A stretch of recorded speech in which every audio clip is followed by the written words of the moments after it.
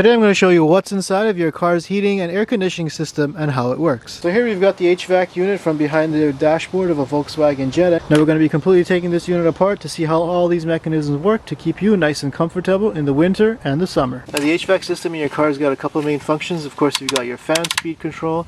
We have your recirculating mode, which is going to bring in fresh air from outside.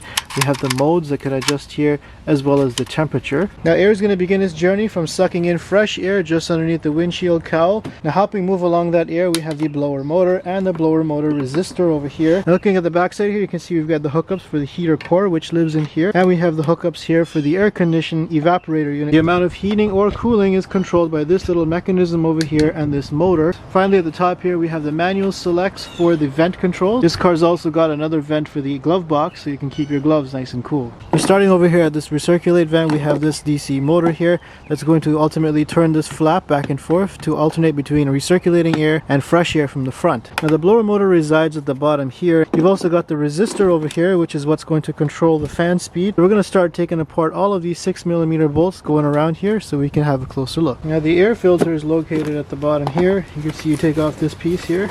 Just remove all of these 6mm bolts.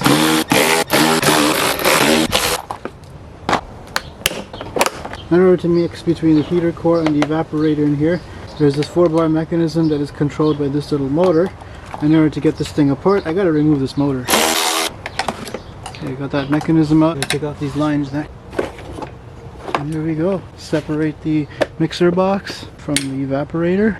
Now with the mixer box out of the way, I can remove those hidden bolts.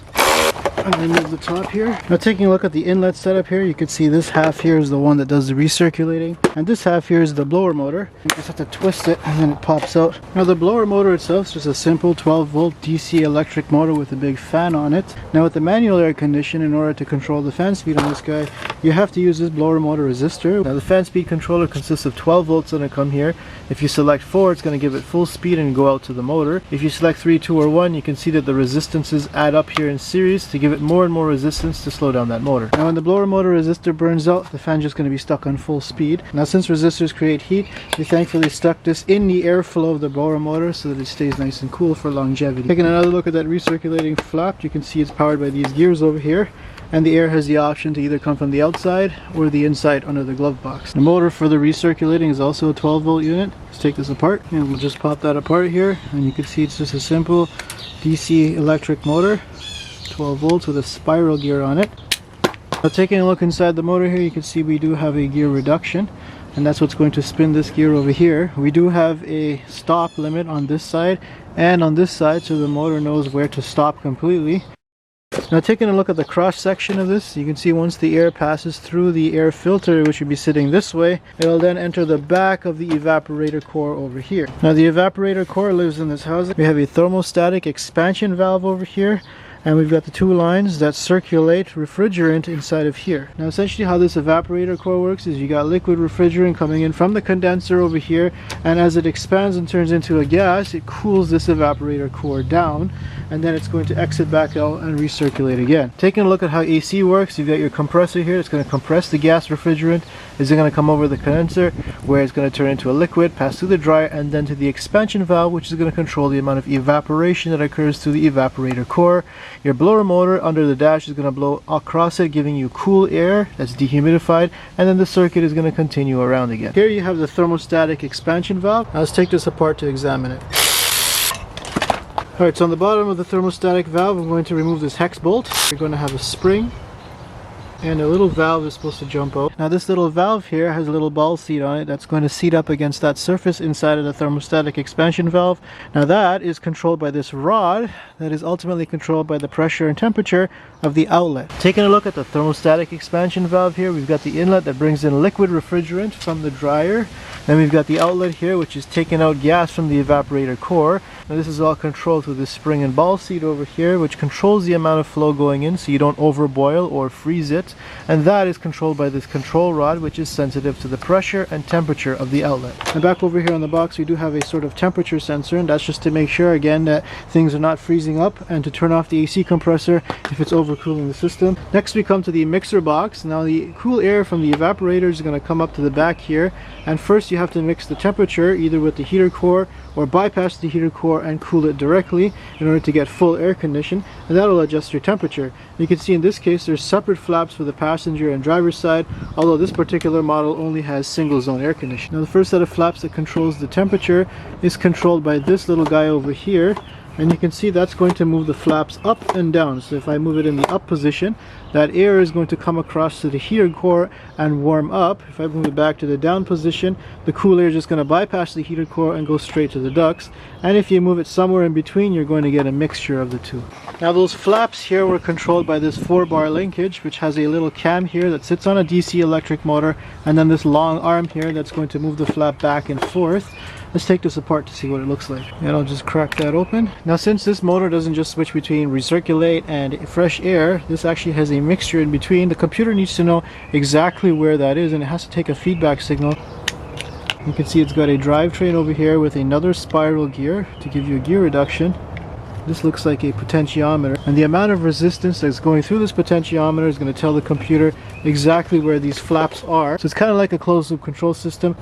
You got this gear, that's what's going to drive this cam over here to move it back and forth. And that's what the inside of the potentiometer looks like. You can see there's two little contacts over here. So once you've decided that you need heat on a nice cool fall morning, you move this over and the air is going to flow past this heater core. Now if we remove this heater core, you can see it's basically like a mini radiator where you have warm coolant from the engine circulating through here, and as the air passes through the fins, it's going to warm up the air, and then this will circulate back through the cooling system on the vehicle. Now the heater core is just an extension of the cooling circuit on your engine, where you've got hot coolant just cools down by the radiator and then circle through the thermostat. There is a separate circuit over here for the heater core. Your blower motors, they're going to blow across it, giving you warm air in the winter. So before we bust this box in half, we're going to take a look at how the modes work here. Now everything here is manually controlled through this little thing here that cycles around and around and around, and that goes directly to your dashboard controls. Now you do have a couple of main modes here, including the full face mode, which means that these vents are open over here, and then you have foot mode, which means that none of the top ones are open, but the side ones are open inside of here. And then you've got your defrost mode over here at the top when that's open. Now the real secret to how this works is this 4-bar linkage over here. You got one link over here, one link tied down at the bottom here, and then you have this gear inside of here that's going to rotate with your input over here. Now this gear has a certain profile on it that this pivot point here must follow. So for example, if I rotate it over here, you can see that the profile in this region has a constant radius, and this arm as a result does not move. Then as you move out this way, you can see that the radius over here actually varies a lot, and that's going to allow the arm to move back and forth to open and close the defrost duct. Now if you continue back around this way, you can see the defrost vents are going to close, and then the face vents are now going to open. Again, that's because of this pivot point here following the track inside of this gear. Now while that side controls the mode, you've got the shaft that comes over here to also turn this gear at the same time, and this one is going to use this little track over here to move in and out a tiny little arm over here. You can see that black arm there that moves this way. That is going to then control the movement of this duct over here for the foot vents. Now this here is a temperature sensor, and that's how you determine the temperature inside of the vehicle. I'm going to pop open a couple more screws here. We can take this box apart. And I'll just go ahead and pop off this vent here. And here we can have a closer look at how that small little arm over there moves back and forth in order to open and close these foot vents. I'm actually kind of impressed. The vents themselves have a little rubber on them to make sure that there's a nice tight seal when they're closed. All right, I'm going to break some clips here. There we go. Taking a look here, this is the bevel gear that's going to drive from the input back around this way, and that's the cam profile that this little nub here must follow in order to open and close the vents that it's connected to.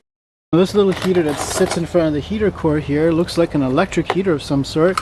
You have hookups over here for positive and negative, as well as a thermometer type of thing.